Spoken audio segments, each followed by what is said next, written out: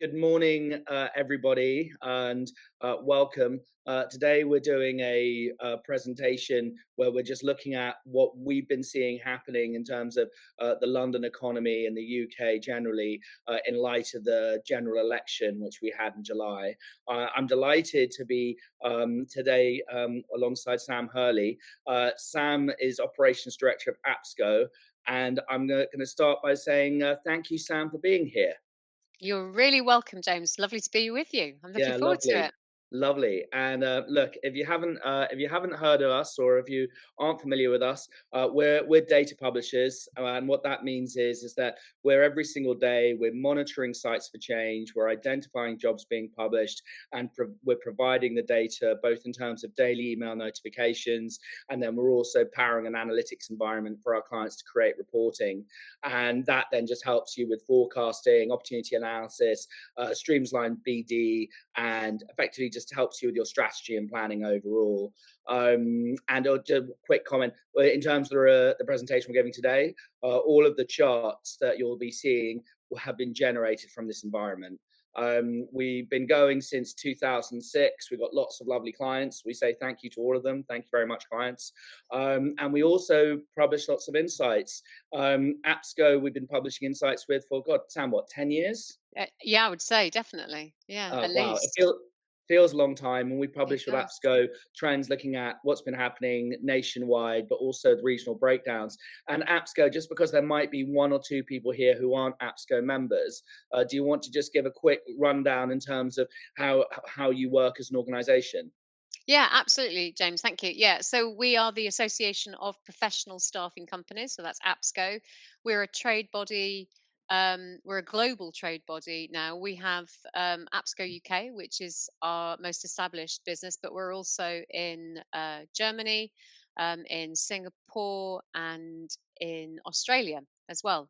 And we're always looking at other areas. And we provide vast range of member services for our members, including market trends and data, which is obviously where our relationship with Vacancysoft comes in, which is fantastic. You really help support our members really well with that. But we provide a lot of other support, a lot of events, um, a lot of legal support. And really, the point of APSCO being here is to help our members grow their businesses. That's what we try and support every part of their business to help them grow and achieve their goals. Yeah. Lovely. Thank you, Sam, for that. And along the way, Sam's going to be, I'm going to call her chief interrupter. So, whatever she feels I'm going too far, she's just going to start interrupting and asking tons of questions. So, and if there are any questions that you have, please do just ping them in the text, and our marketing team in the background will try and feed them through in real time. So, we'll try and make it as interactive as possible. But away we go. Just to talk through what an overview of what we're going to be covering today.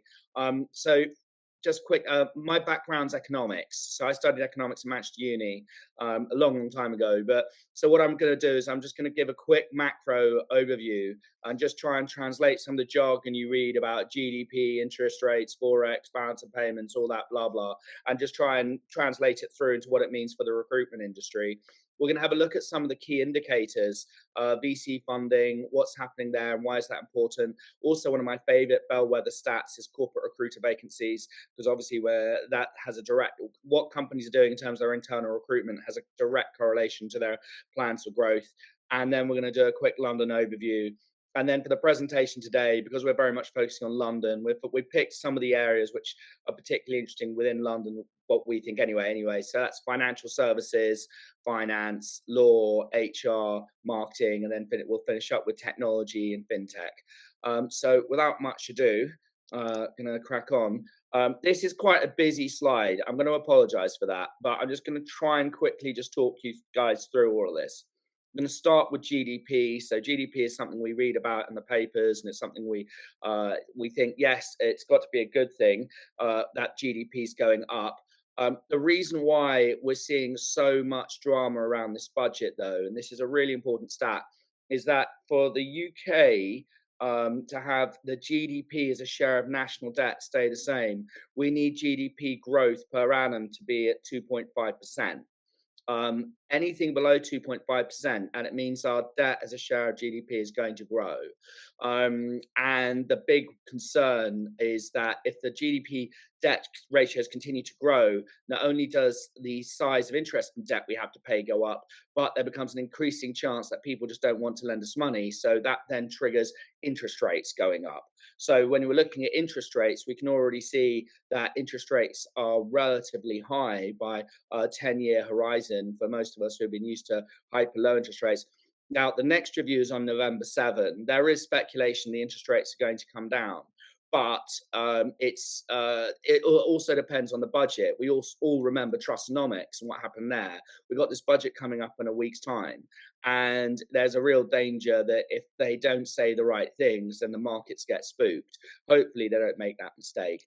But it James, is, can I yes, can I just ask, because I heard this morning the IMF have upgraded their suggestion of the UK's growth, going from there, it's accelerating, they're saying, from up to 1.1 from yeah, zero point that, 7, which is yeah, good that's news, right. isn't it?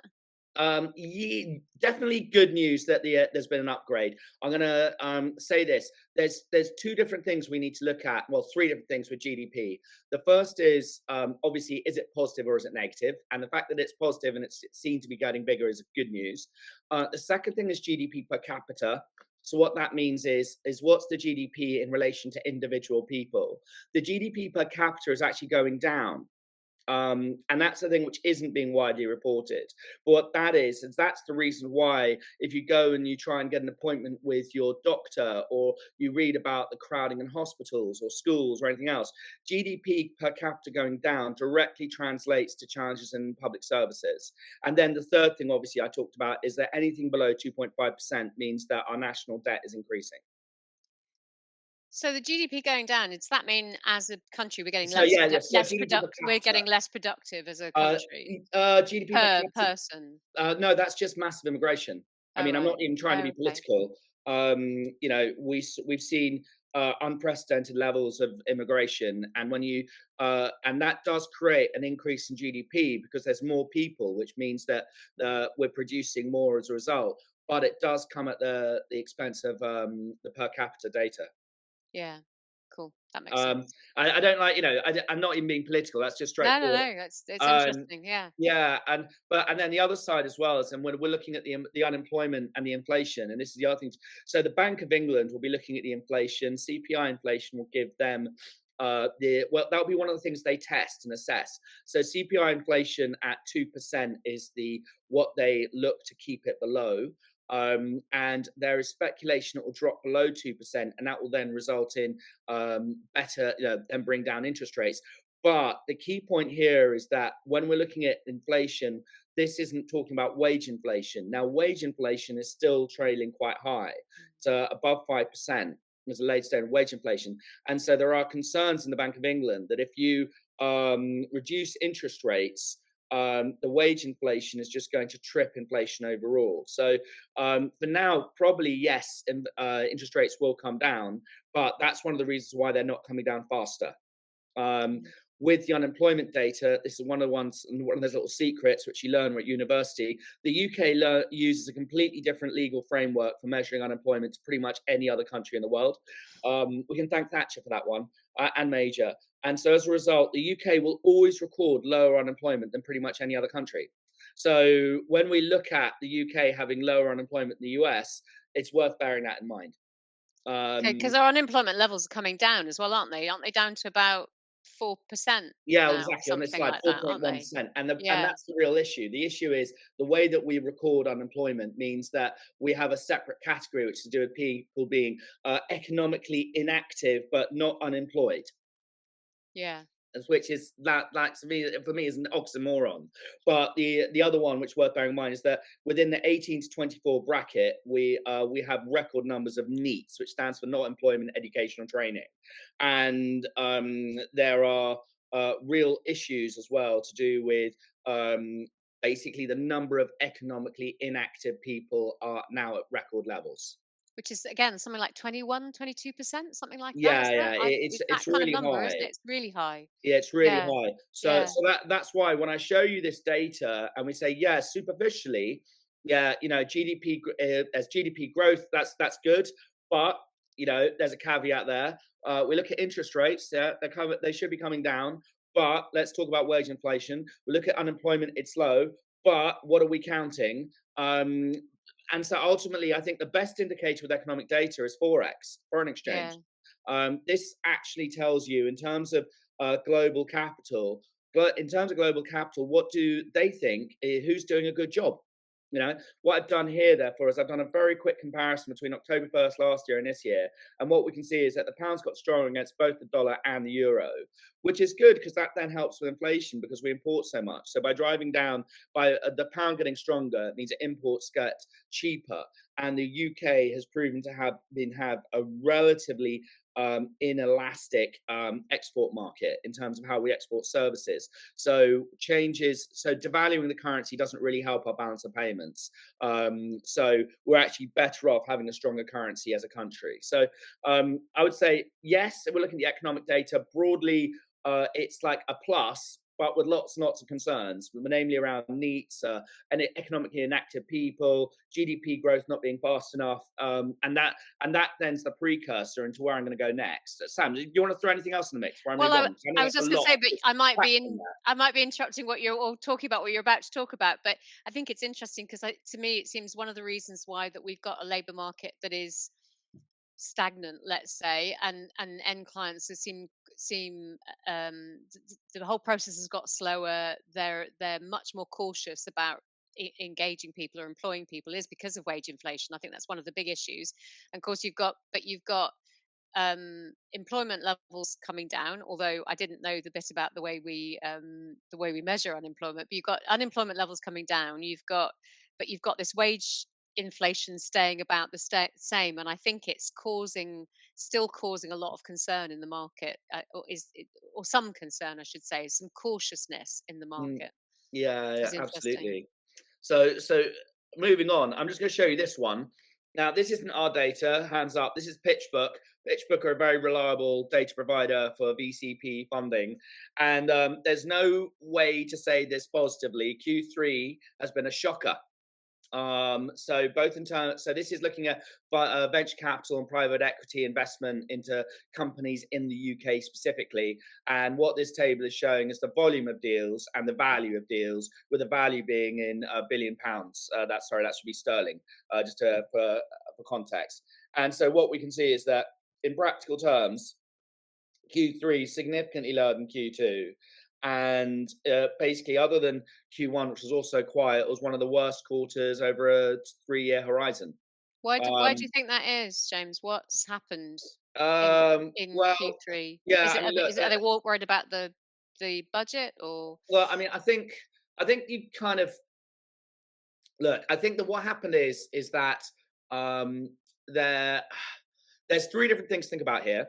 The first is, this is one of those random stat facts which you can geek out on. But so when you go back to so private equity, which is where a lot of this comes from, a lot of this is PE as opposed to VC.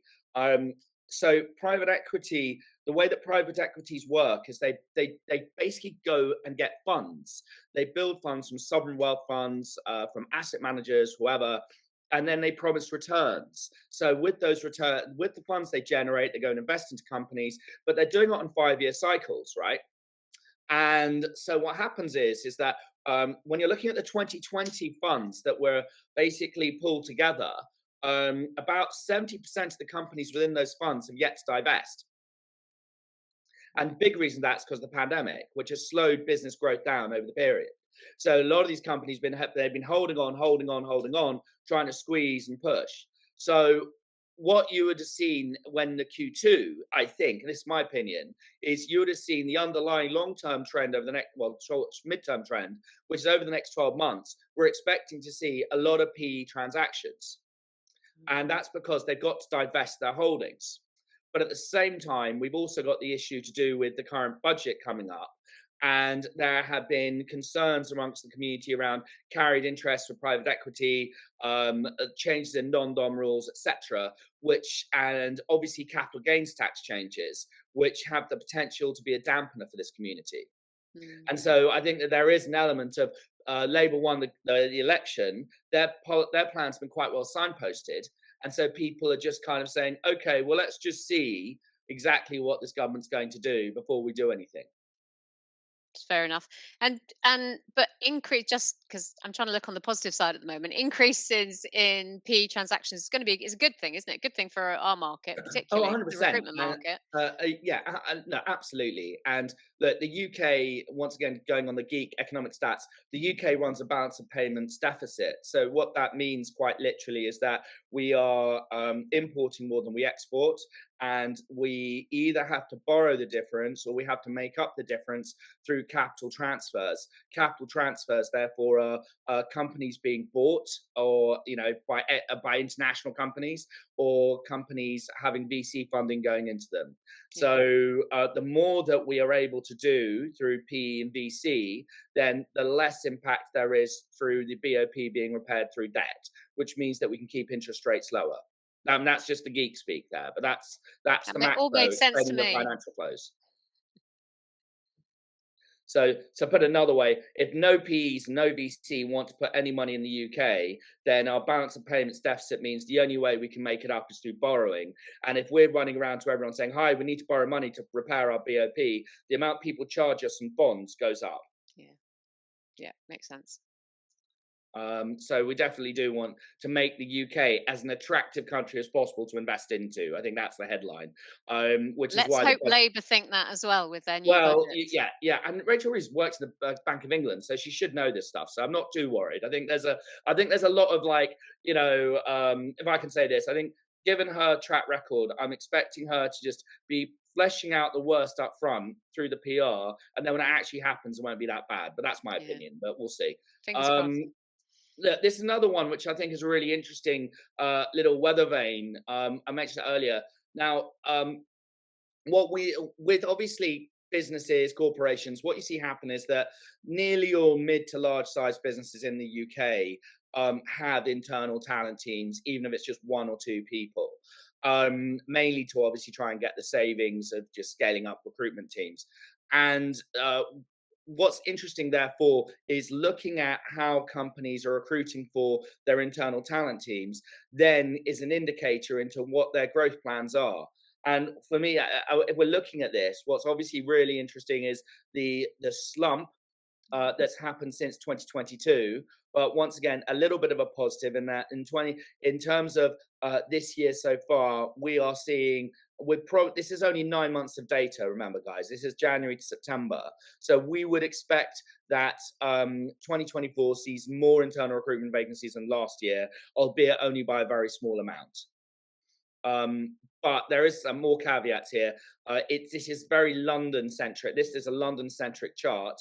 And overall, what we're seeing is that London is outperforming the regions. And if I took for people who are interested in that, what's going on outside London, if I took the same chart outside of London, it would actually show internal recruitment vacancies dropping regionally. So there is a bit of a divergence we're already starting to see between London and the rest of the country. Yeah. Um, That's interesting. It will be interesting to see the year end results, won't it? Because we're definitely hearing from our members. We are definitely hearing now, as we've moved into kind of October time, more green shoots going on. End clients are much more open, talking about starting to invest in projects, and recruitment seems to be, and recruitment is in the UK certainly is a really good bellwether for the economy in general. When Yeah. things start to improve, you see it in recruitment first, don't you? So it would be great to see those at the end of this year, because I would think that they would really start to go up, and certainly early next year I think is going to be, from a recruitment point of view, should look a lot more productive. Yes. Well, fingers crossed. And I'm going to whiz through. And this is going to be so just explain this chart, guys. This is a lot of this is different charts. This is just London. this is the private sector, so everything bar charities and the public sector. And what we've got on the left-hand chart is the blue line is 2022, the grey line is 2023, the red line is 2024. And so what we can see straight away is that, broadly speaking, 2024 is performing better than last year. But there's still a big gap between that and 2022. But I think that most people would accept that 2022 was an abnormal year, or at least the first half of it was, first two thirds, and we can see how it starts to slump. And at the same point, we can then see, when we're comparing London to the rest of the country, we can see how London has had the uptick, whereas regionally it hasn't happened. And there's actually been a slump regionally compared to last year as well. Now, once again, our position is that when we're looking at what we think will happen, we think that Q4 will be strong, but that's very much subject to what happens with this budget. At the moment, to a certain extent, all bets are off. If the government produce a budget which is not too hostile to business, then it should be fine. I think that the employment laws which are currently going through Parliament are going to have a dampening effect potentially. The proposed changes to employer NICs are also going to have a dampening effect potentially. But once again, how much of a dampening effect is up for debate. I mean, I don't know what you're seeing with your members and when they're talking about NICs and the employment legislation, Sam. Yeah, I mean, I think exactly that. What they're telling us is that their own clients are nervous. They're nervous about the employment rights bill. They're nervous, particularly about the day one rights. I mean, anyone that Hmm. Yeah.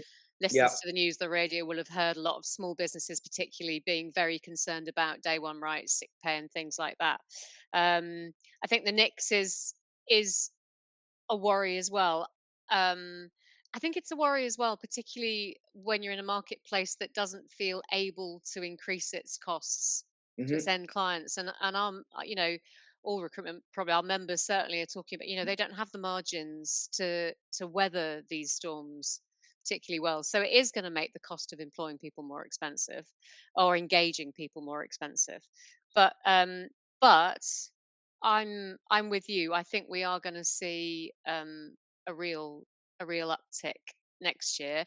I am concerned about the budget. I'm also concerned about the US election, because if Trump does get in, I think that could have an impact on the global economy, and again, people's levels of uh, I can't think of the word, of how comfortable they feel about investing, I mean, is if my Trump gets concern. in, what you'll see US interest rates come down, because he will do everything in his power to get interest rates to come down. And that will then mean that the US dollar gets weaker against the pound, which will drive down, which will actually act as a depressing force in our inflation. I think that the long term Trump presidency, it's kind of like, don't get me wrong, he's a bit of a force of nature. He's very chaotic guy. You just don't know what to expect with him.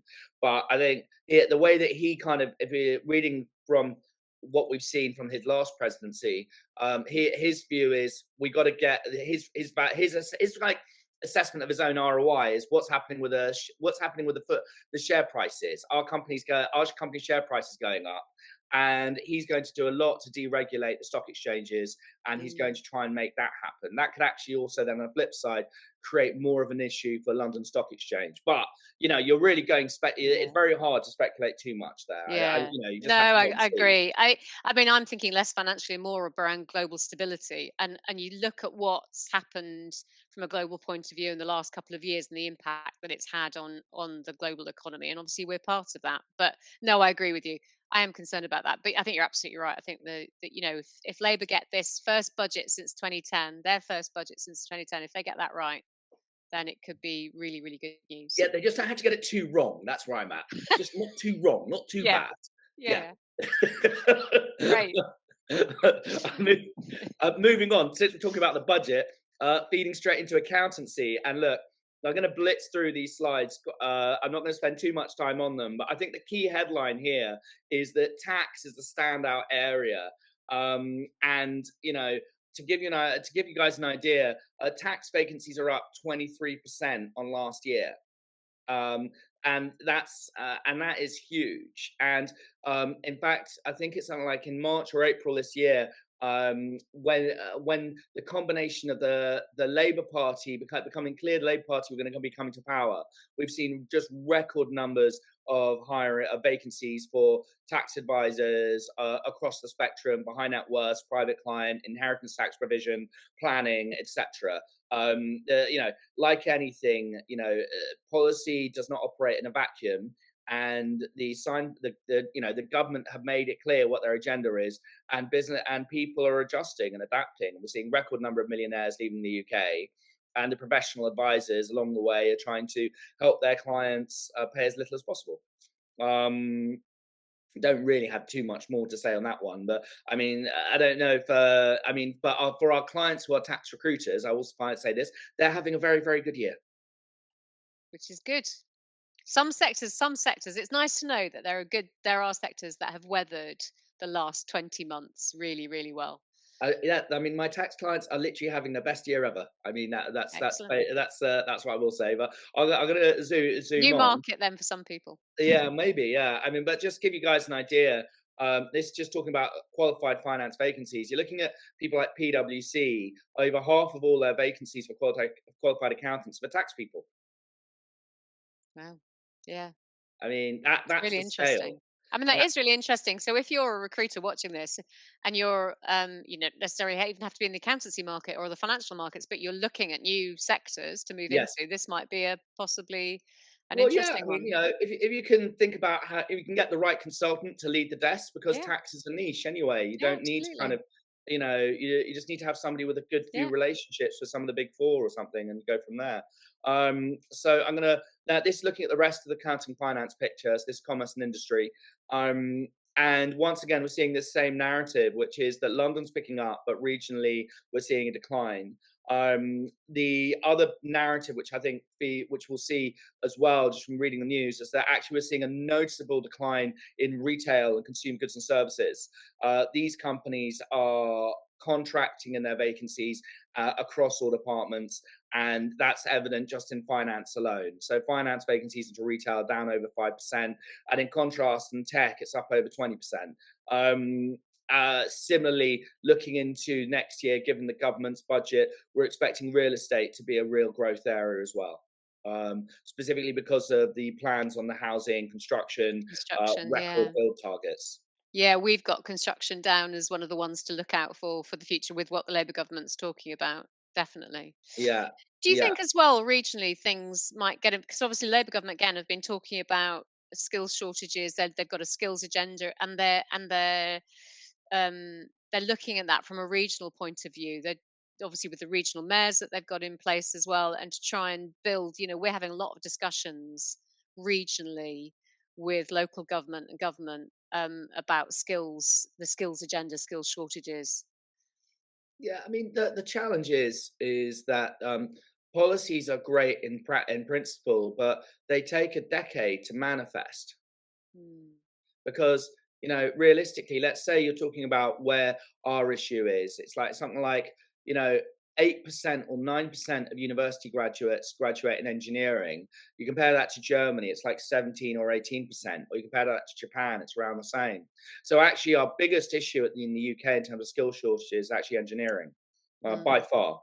And that's the real pain point for the UK economy, is the lack of engineers, more so than any other professional category. And there's yet to be a joined up strategy in terms of what, as a country, we do to get more people studying engineering. yeah, But yeah, I mean, no, that's agree. a and I don't know. I mean, they're talking about it, but I mean, it's one of those you can go around. I'm gonna flip on, and banking's part of the problem actually, because people do these STEM degrees and then they go, I can't work any money as an engineer. I'm going to go work in investment banking, and the investment banks go, oh, you studied quantitative engineering. Okay, great. You can build models for us on what's going to happen with share prices. And this is part of the problem as well in the UK, is that the financial services industry is just so dominant and just pays so well that Mm. even if people do study some of these areas, they just end up going to banking, financial services anyway. Yeah. Yeah, Um, it's not. I look.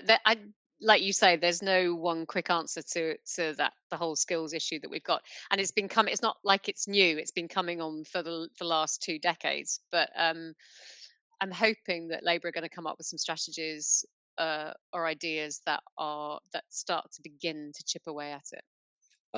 Okay, so for everyone who's watching, we're going slightly over our initial plan, but if you're finding it interesting, we're going to keep going. On this slide, this is probably the one thing which I really want to pull out of this slide, which I think people find interesting, is that within investment banking, we have what we call front office, which is everything which is to do with corporate governance, not corporate governance, everything to do with corporate finance, IPOs, everything else like that, M&A. And actually, front office has been up nearly 20% this year compared to last, which is a great sign. What that means is the banks are expecting to do more deals, do more IPOs, do more M&A, just do more business. And given financial services is our biggest contributor into our BOP in terms of our trade and financial services, that's actually great news. Yeah, So that's a big positive. M&A in the recruitment market's definitely up. I've been talking to our members about that. Yes, exactly, and you'd expect it to accelerate now. Yeah, I'm yeah, going to fast forward. I'm just going to go into the legal sector, and the legal sector is also a very interesting one because, on the one hand, legal sector is directly hardwired into obviously financial services, and the more deals you have, the more you need the lawyers, etc. But also with the legal sector, they're very busy because of the changes to employment law. They're very busy because of the changes to tax law. In times of change, the lawyers get busy. So we are expecting, I mean, Q3 actually posted, we saw a record number of vacancies in the legal sector. There was a drop off in September, but Q3 in itself was really, really busy. And employment law is obviously just an area to watch right now. yeah. I don't know if you're talking to many of your legal members, Sam, or if they're what they're saying, or Yeah, and I think they're. I think what you've said is absolutely. Sorry, I don't really have anything to add because I think what you've said is completely right. I mean, it always happened. You know, the lawyers are always the ones that do best out of these kinds of when you get employment law changes. They're yeah. always going to do well because you need to understand them and make sure that you're on the right side of the law. Uh, And small businesses particularly, and we're a nation of SMEs really particularly need a lot of help with that. So Yeah, yeah. exactly. So I'm gonna fast forward then. Next slide. Just talk about HR generally, and this is for HR recruiters. HR is actually it's actually falling across all industries. And the big reason for that is because of retail, consumer goods and services, shrinking so much. But the technology industry picking up is a good sign because that was obviously it was very quiet for the tech industry last year. So that picking up is good news. Professional services picking up, in the legal sector, and financial services been picking up too. So hopefully, this will bode well going into next year as well. But one subset we haven't been able to visualize here, actually the fastest growing area within HR at the moment is employee relations. So what I mean by employee relations, and there's obviously so many workforce challenges at the moment, be there, people return to office versus work from home, hybrid. Now with the new changes in law potentially coming through, that's going to mean that you're going to have lots of people who are then going to be requesting the right to work from home, and then HR now have a new process they have to work through. If they decline remote working, they have to explain why. There are lots of issues which are going to be coming up for HR. So I do think that this is maybe I'm going to say this in a bit of a this isn't necessarily for economic growth, but purely for regulatory reasons. I expect the next 12 months for HR departments to be very busy. Yeah, I agree. I think you're absolutely right. The tech um, stats are interesting. Obviously, technology for our members, and the biggest sector within APSCo is technology because that's where we come from. We were with technology staffing companies when we started. Um, they've had a really tough, although they went into the downturn later than some of the other sectors. It's been a really tough year for technology, so it will be really good to start to see some, and members are talking about, again, starting to see some green shoots, starting to see some light at the end of the tunnel from a technology point of view. But yeah, Yeah, I think we've got HR is some. another really interesting one, a bit like legal, isn't it? I think. Yeah, absolutely. We're going to come to tech in a minute. It's one of my areas we're going to do a deep dive on, but we'll get there in one sec, Sam. So No let's worries. just go on to marketing quickly. And marketing, I think, look, the reason why I like looking at marketing as an indicator as well is because obviously, when the economy is growing and companies are investing, then that directly feeds into their hiring, into their commercial departments across sales and marketing. So, sales is always a bit of a weird one because salespeople tend to find their own jobs. They don't tend to, through their networks. But marketing vacancies are interesting, and what we're seeing is that a big divergence once again. So once again, I'm talking about this London versus regions divergence. Marketing vacancies hit the lowest point since 2020 regionally, whereas in London, it's 14.6% up year on year. I'm quite surprised by that. Well, and this is the point. We are across every data set we've been looking at. We've been seeing a two-speed UK Yeah. materialize in front of us, where London is really picking up and the regions are still sluggish. I'm Um, really surprised by that because marketing is one of those areas where a lot of people seem to work remotely. A lot of people work remotely, so I'm surprised that the geographic location is having such an impact on it. That's interesting. Yeah, I mean, don't forget that with London, the media and broadcasting and the media agencies, in-house marketing is very centered around London, for example. So if you want to go and work for a media agency, that it's a London business, and this doesn't necessarily account for the hybrid if people want to work from home 3 days a week. This is just where the HQ of the company is. Yeah, So that's probably worth bearing in yeah, mind. yeah. I think that is Um, worth bearing in mind. Yeah. So, but if you're looking at, the media sector, that's even though the BBC have relocated to Manchester, that's still very much centered around London. Mm. Um, all right, moving on. This is where we're going to do the tech. Tech is the final chapter, so just a few sides. We're just going to run through tech, what we're seeing. London 1% up. There's something called Atom Valley. So if you haven't heard of Atom Valley, do Google it. Atom Valley is an idea that Rishi Sunak came up with, and the idea was to create a hub for high tech industry in and around Greater Manchester. They're pulling in a lot of funding, and I think they're looking to raise in the billions in incentives for companies to set up there. And it's everything from graphene manufacturing to high grade electrical engineering, all the way through, and to create a cluster. So what I think is that that's actually got quite a lot of potential. I think it's got a lot of scope. I mean, the UK is actually one of the world leaders in creating clusters. London is a fintech cluster. Golden Triangle is a biotech cluster, et cetera, et cetera. So I think if they can do that, then that can actually see a permanent shift in IT and tech roles in terms of high tech manufacturing into the north. But there's a long way to go because they've only just started the initiative now. Sam, I don't know if you've heard of the Atom Valley or it's something your clients are talking about at all. Do you know, Or your members. I've heard of it. I've heard of it, but not in any. It's just something I've been aware of, and I think this could be really, really interesting.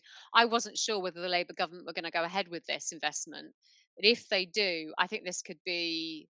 I mean, this could be transformative for the Yeah, I mean, northwest. I don't see why they wouldn't, because it's their heartlands. I mean, Yeah. why Well, wouldn't they? exactly. Yeah. Well, you'd hope so. You'd hope so.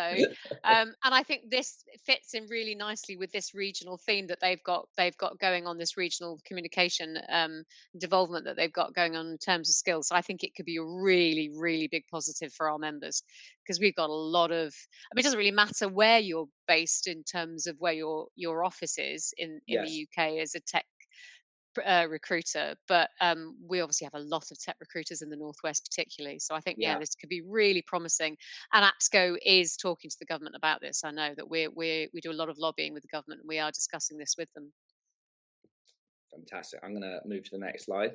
And then this is just looking at London with a bit more drill down. And then we can just see how activity in IT is at the moment. And you can then, yeah, I like this image on the left because it just shows you what happened in the post pandemic sugar rush. I like that, sugar rush, I like that. Yeah, And if you're a yeah. recruiter and you just started recruitment, you're suddenly making over £100,000 a year, and you thought that's what you're always going to make without ever having to pick up the phone to make a cold call. Exactly, and not actually having to, and no offense to anybody who did it during this period, but not having to learn the old-fashioned basics of recruitment, which Yeah, they've now had to go back to because it's a much tougher market. But no, yeah. great time to join recruitment Yeah, absolutely. in one way. And I constantly, this chart on the left, I constantly share it with my clients, like who are team leaders and directors, for them to ping around their teams and just say, so the more the left or on the right, when I say, you see that we're basically back to normal, and they Yeah, go, oh, yeah, yeah. What is nice to see is that it's righted itself, which I think is important. That was never going to last forever, and yeah, those of us that have been in recruitment a long time knew that peak wasn't going to last forever. no, But it's exactly. nice to see that it's come back to about the right level. I think that's important. Yeah, exactly. And look, I mean, I think it's still slightly trailing pre-pandemic levels, but I Yeah, think my forecast would be that we'll pick up again it more. will. Yeah, It I should think it do. will. It should do. Yeah, So moving ahead, and I've just done a breakdown by industry here for IT roles. And once again, I've just looked at where do IT roles sit in the main. Well, it's in banking, it's in tech companies, it's in consumer goods and services, retail. Those are the big three, and then we can just see what's kind of happening. And once again, we're seeing the same trends emerge. Actually, what's interesting is that IT banking roles have decreased year on year. I think fintech is having a part to play in this. And to give you guys a bit of a random stat, like when we started tracking banking v fintech as an index about 10 years ago, and at the time, the ratio of IT roles into fintech versus banking was about 6-1 in favor of banking. Now it's coming down to about 2-1 in terms of IT roles specifically. And so you are seeing the cannibalization of IT within banking through fintech growing. yeah, But the tech sector picking up is good news. But once again, we got to talk about retail. Retail is struggling across the board, whether it's the finance vacancies, whether it's for tech vacancies, in across all the functions of a business. It's down. Whether that's the cost of living crisis or whether that's the tourist tax or whatever else, it's clear that it's it's not a good market at the moment. That's all I'm going to say. yeah, yeah. Sam, do you anything you want to add on this one before we flip No, no, no. through? I think you've said everything that needs to be said. To be honest, I agree with All right, what you've said. all right, lovely. So this is just a quick skills and demand piece. I'm going to pull out this very, very quickly. Software engineering is up. This is interesting, but it's very important to understand how software engineering is increasing. What we are seeing is that both the vacancies are increasing and the seniority of vacancies are increasing. So anecdotally, because I have teams in both Poland and Ukraine, I spend a lot of time in Eastern Europe. My associates who run outsourced IT teams across Eastern Europe are having a hard time. Why are they having a hard time? Because what they're telling me is that more work is being kept in house, and ChatGPT has a part to play because companies are going, well, we can basically just, what we need curators of code as opposed to lots of junior developers writing functions, because a function with ChatGPT can be written in under a minute, whereas it would have taken a junior developer in the old model an hour, and then it would be checked by a senior developer. I mean, this is the beginning of what we were talking about at the beginning of this year about AI and the impact it's going to have on types of roles. That Mm, there are roles that won't exist in 4 or 5 years' time. I mean, it's or 10 years' time. I forget there was a really scary stat at one point that said there would be no accountants by 2034 or something. I think it was, um, yeah, and but what it's happening in the law, in law, and in absolutely, other sectors as well, in HR, where you don't need those more junior people doing what could be termed the grunt work yes. anymore because it can be done by AI, and then you just need the more experienced person to make sure that that is correct and is appropriate. Yeah, and I think that what I think the first phase of the contraction of job flow will be won't necessarily be people employed in the UK. It will be people outsourced. That's Yeah, really my takeaway. yeah. How long Well, that that's phase lasts for, interesting. I don't know. Okay, that might be the subject of your next webinar because I'm really interested in that. Yeah, Love to know I'll more go about do a that, James. survey amongst my IT outsourcing community. I'll bring back the findings for you guys, That would be absolutely. great. That'd be really Um, interesting. yeah, and the other thing as well, and this is also something which is a bit of an eyebrow raise, we're seeing data. So to give you guys an idea, the people who write AI algorithms are like, weird PhD genius guys. Yeah, and most of the job, but the ratio of the ratio of AI to data is about 100 to 1 in terms of the data roles, because obviously if you have rubbish going in, you get rubbish going out. So what's really interesting, if you want to talk about the AI and data revolution, the key data set to look at is data roles as opposed to AI roles. The AI is like needles and haystacks. So what's really interesting is that data roles relatively are shrinking this year, and that's a big like, oh, what's going on there? And I mean, I've thought about this. I talked about this with some people. Feedback I'm getting is that we saw a big spike in AI-led workforce applications, ERPs, integrating AI, whether that's S4 HANA, whether that's Microsoft Dynamics, whether that's some of those others. And suddenly you had these businesses go, oh my God, this is rubbish because our data is rubbish. And you saw a spike in job flow because they suddenly went to bring in people just to clean up their data. As they've got over that cleanup hump, their ongoing requirements have dropped. That kind of makes sense, doesn't it? Yeah. Yeah. But the forecast is for data roles to continue going up, albeit it's not like a straight line. It might be up, down, up, down, up, down, up, down, 2 steps forward, 1 step back. So I think that's the main thing I'm going to go through reference there, because that was the other thing which stood out to me when I was creating these charts. Yeah. Right, I'm going to move forward to this is the last slide. And I just wanted to show this because this for me is quite interesting, just talking about what's happening in fintech. And fintech has also been, along with tax, has been one of the best performing markets this year. And just kind of look at where we're seeing the companies which are performing really well. So just to explain this chart, I put 11.1. So this is September jobs, and then this is 24 year to date. So September over 2024 is 1/9. And so straight away, we can see companies which are surging. So 1/9 is 11.1%. And then we can just start to see the businesses which are really, really scaling up at the moment in terms That's of re- their job flow. and that's I mean it's good to see, isn't it? That again, it's this is really good news for the economy, good news in general for recruitment, I think. Yeah, exactly. So that was actually my final slide, and we ran slightly over. But if you've stayed with us all the way through, thank you very much, Sam. Thank you so much for being with us. I should have asked you for a slide as well. Then you could have said get in touch with us at APSCo as well. Sorry, that's my bad, Sam. Don't worry about it. They can always get in touch with us through you, James. Otherwise, you'll find us at apsco.org, and we'd be really, really happy to talk to you. And I'm sorry we overran. That will serves you right. Serves you right for telling me to interrupt you all the time because I Oh no, do. no, no, no! But I think it's more interesting this way. And look, obvious points. What we'll be doing next for if you want to get a copy of the slides, we'll be sending them to you. If you're watching this on our YouTube channel and you want to get a copy of the slides, just you can reach out to me or you can address our support email. If you have any other questions you'd like to discuss with us, then just get in touch. You can. We produce a lot of reports, as Sam mentioned before. We provide the data and insights for APSCo's labour market analysis. So if you want to get a copy of the reports we produce with APSCo, do reach out to Sam. Even if you're not a member, I'm sure if you'll ask nicely, she'll give you one. And then one of the member teams will follow up and say, would you like to be a member? So just be aware. But, all good. Thank you once again for everyone who's attended today. And if you're watching afterwards on YouTube, thank you for taking the time for this. And I wish you all a very good afternoon. And I'll leave the last word with you, Sam. That's great. Thanks ever so much for including me, James. I've really enjoyed it. All Learned a right, lot. lovely.